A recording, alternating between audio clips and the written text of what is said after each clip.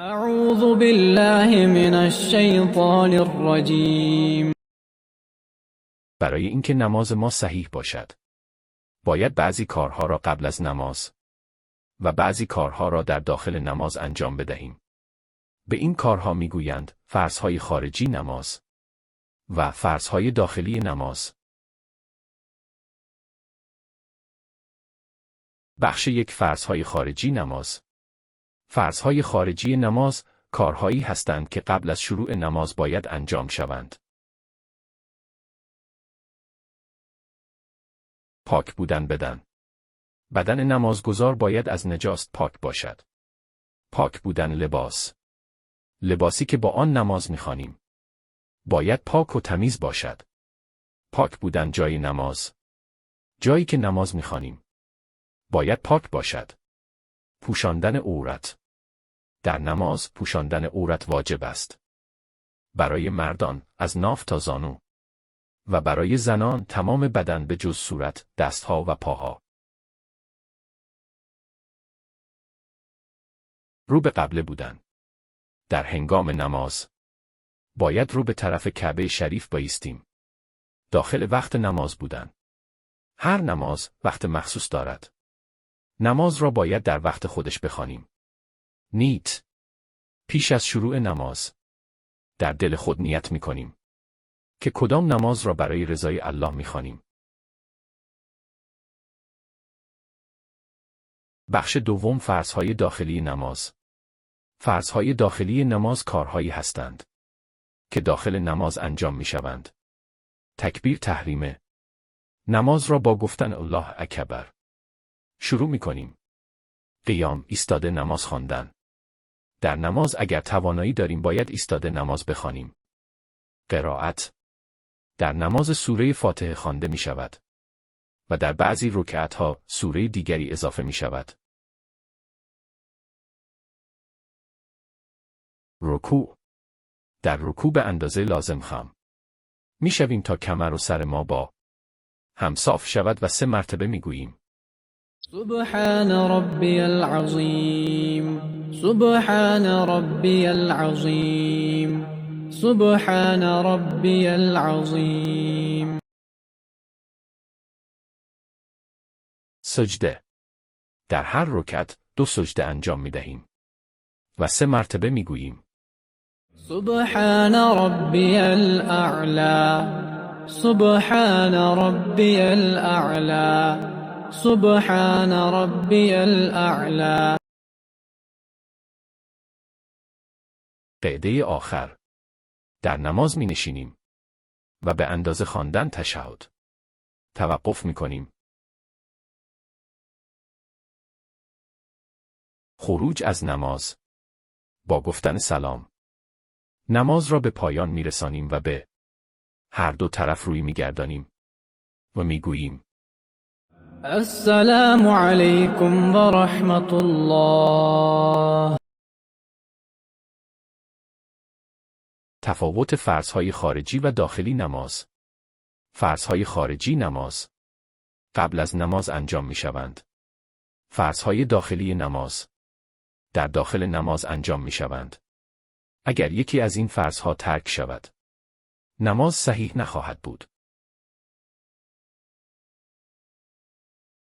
با یاد گرفتن فرضهای خارجی و داخلی نماز، نماز ما کامل و درست می شود.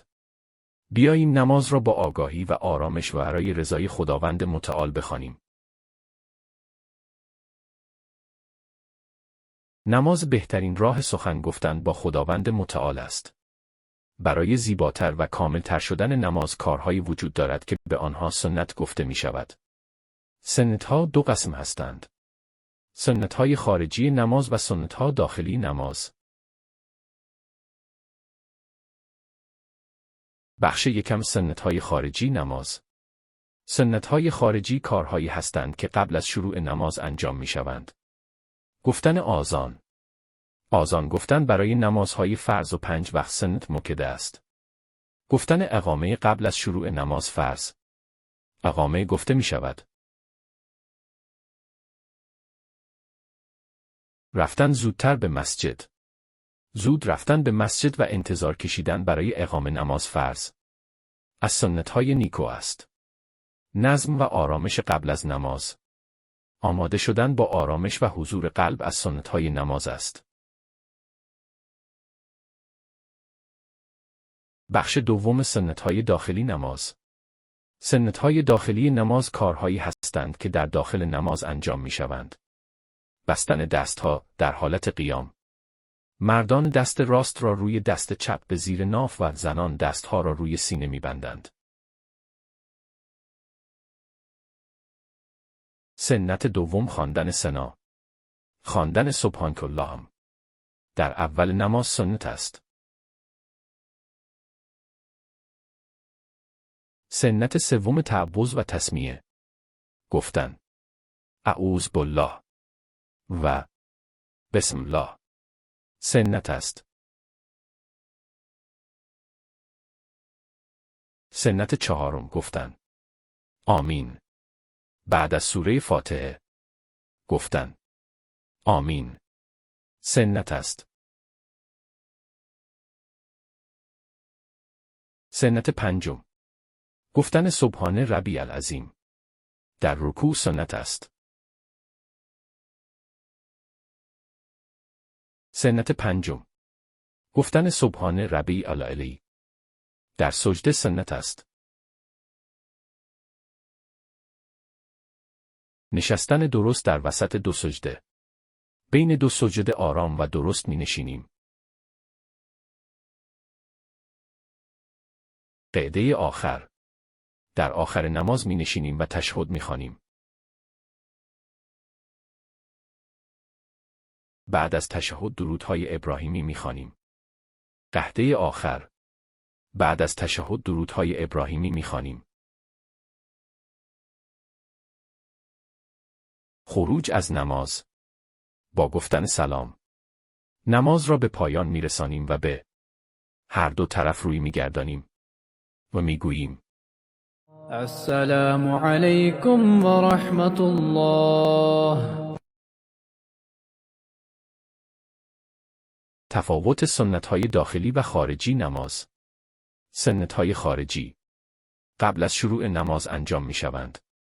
سنت‌های داخلی نماز در داخل نماز انجام می‌شوند.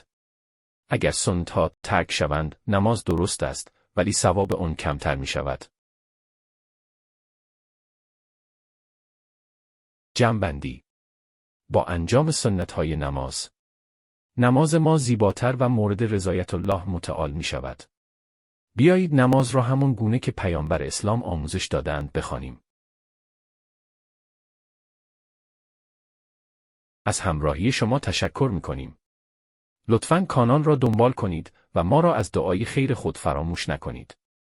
التماس دعا.